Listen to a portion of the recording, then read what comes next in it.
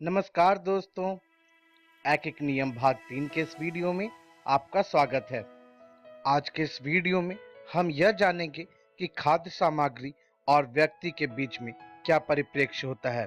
यानी कि अगर व्यक्तियों की संख्या बढ़ाई जाए तो वही खाद्य सामग्री कितने दिन प्रयोग किया जा सकता है।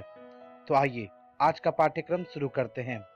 जैसा कि आपको याद होगा, अपने पिछले वीडियो में मैंने आपसे अंतिम में एक सवाल पूछा था कि अगर 10 व्यक्ति एक काम को 20 दिन में करते हैं तो उसी काम को 8 व्यक्ति कितने दिनों में करेंगे। आशा करता हूं आपने इस सवाल को अपने घर पे हल किया होगा। आइए अब मैं आपको इसका उत्तर बताता हूं। जैसा कि हमें एक सूत्र मालूम है कि कुल आदमी के काम करने की संख्या यानी समय को अगर हम प्राप्त करना चाहते हैं तो हम एक आदमी को उसी काम को करने का समय सबसे पहले ज्ञात कर लेंगे और इसका विभाजन हम इस संख्या से करेंगे कि कुल कितने आदमी हैं। लेकिन विभाजन करने से पहले हमारे पास यह मालूम होना चाहिए कि एक आदमी उसी काम को कितने समय में करेगा, जो कि हमें नहीं मालूम है। तो हम सबसे पहले यह प्राप्त करेंगे। इसके लिए हमें एक सूत्र मालूम है कि एक आदमी उसी काम को उतने ही दिनों में करता है। आदमियों की कुल संख्या को गुना करना होता है उस समय से जो कि हमें समय दिया हुआ हो, जो कि पहले के कुल संख्याओं के आदमी मिलकर कर रहे हों। तो वह क्यों करते हैं, हम इसे क्यों बार बार गुना करते हैं?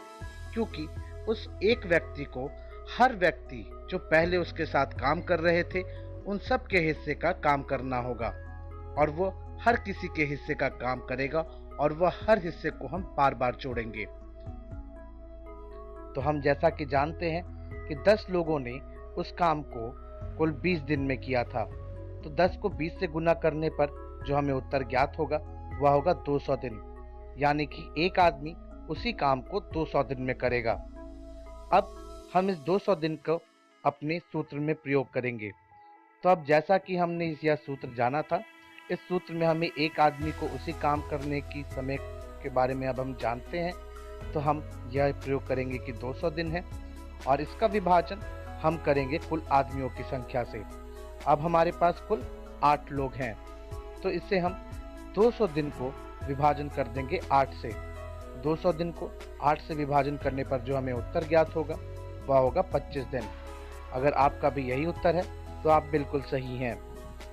आइए मैं आपको अपनी दोस्त रानी, रमेश व सुरेश से मिलाता हूँ। आपको यह तीनों तो याद ही होंगे, हमारे पिछले वीडियो में भी ये आए थे आपसे मिलने को। अब अगर मैं कहूँ कि अगर ये एक खाद्य सामग्री को कुल 7 दिन में खत्म करते हैं, तो बताइए कि अगर अकेला रमेश इस खाद्य सामग्री को खाए तो वह कितने दिनों में इसे खत्म कर लेगा। जैसा कि सबसे पहले रमेश अपने हिस्से का खाना पहले 7 दिन खाएगा। इसके बाद वह अपने हिस्से का खाना खाने के बाद वह सबसे पहले रानी के हिस्से का खाना खाएगा। रानी भी उसी खाने को 7 दिन में खाती थी, तो वह अगले 7 दिन रानी के हिस्से का खाना खाएगा। इसके बाद अंतिम में वह सुरेश के हिस्से का खाना खाएगा। सुरेश भी इस खाने को कुल 7 दिनों में ही खाता था, तो हम इस 7 दिन को भी जोड़ लेंगे। तो कुल 7 दिन 7 दिन व 7 दिन, वह इन 7 दिन खाने को 3 बार में खाएगा। तो हम 7 को 3 बार जोड़ रहे हैं, तो हम फिर से एक ही संख्या को बार बार जोड़ने पर गुना का प्रयोग कर सकते हैं। तो 7 दिन को हम गुना करेंगे 3 से। अब जैसा कि हमें मालूम है 7 को 3 से गुना करने पर हमें 21 ज्ञात होगा। तो कुल हम कह सकते हैं रमेश इस खाद्य पदार्थ को कुल 21 दिन खाएगा।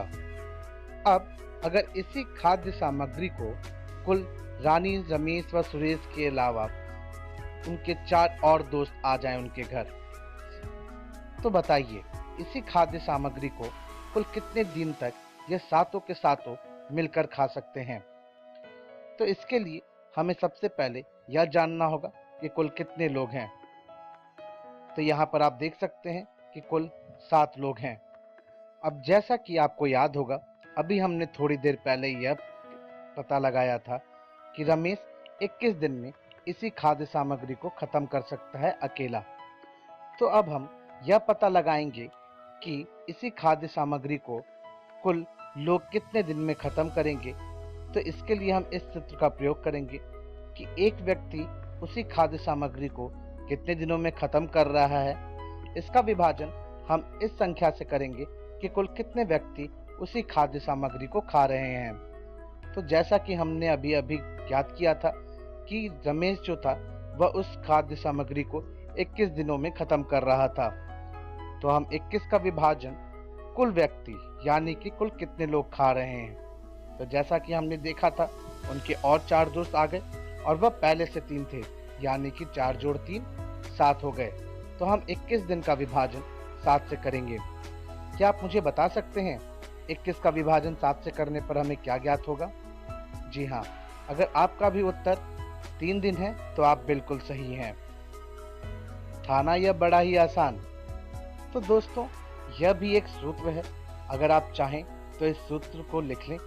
आप इस वीडियो को रोककर इस सूत्र को लिख सकते हैं और इस सूत्र को जरूर याद रखें। हमें इनका भी प्रयोग बार बार करना पड़ता है। और इसमें कभी ना भूलें कि हम सबसे पहले यह ज्ञात करेंगे कि एक व्यक्ति अकेला उसी खाद्य सामग्री को कितने दिनों में खत्म कर रहा है। तो आज के इस वीडियो में हमने सबसे पहले यह जाना कि खाद्य सामग्री एवं व्यक्तियों के बीच क्या परिप्रेक्ष्य होता है। इसमें हमने यह भी सूत्र जाना था कि जब हमें अनेक व्यक्ति उस खाद्य सामग्री को कितने दिनों में खाएंगे यह पता लगाना होता है, तो उसके लिए हम पहले यह पता लगाते हैं कि एक व्यक्ति उस खाद्य सामग्री को कितने दिनों में खाएगा और उसी सामग्री को हम विभाजन कर देंगे कि कुल कितने लोग मिलकर खा रहे हैं। अब अपनी अगली वीडियो में हम प्रतिशत के बारे में जानेंगे। आशा करता हूं आप प्रतिशत के बारे में जानते होंगे। तो अब हम अपनी अगली वीडियो में मिलते हैं।